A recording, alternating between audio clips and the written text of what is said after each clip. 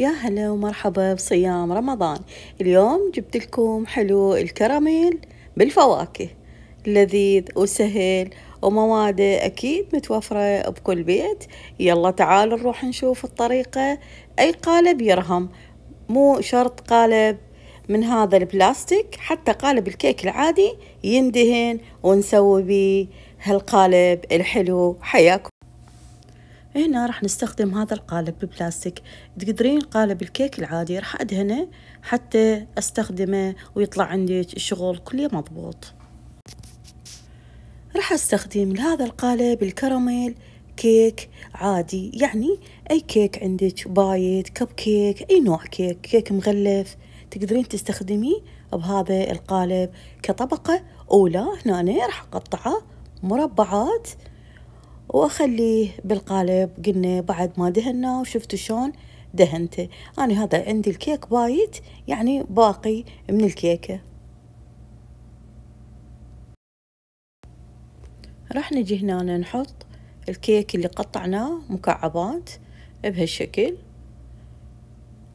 نملي للقالب كيك على قد ما يسع. راح نضيف هنا الفواكه، أي نوع فواكه. إذا عندك فواكه معلبة، عندك فواكه فريش، تقدرين تقطعيها وتحطيها نوع الفواكه اللي انتو تحبوه. هنا راح نخلي طبقة الكراميل اللي راح نطبخها على النار لتر حليب كامل الدسم، وخليت هنا حليب ربع كوب حليب بودر يعني طوز، وهنا سكر. أني هو بيه سكر بس أنا حبيت أضيف له سكر. وهذا الكراميل اللي استخدمته راح استخدم من عنده 3 أكياس. هذا أول كيس،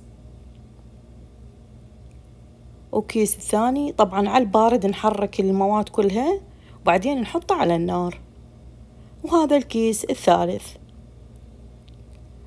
نحرك هذا المواد هسه على البارد، نذوبها وبعدين نخليها على النار.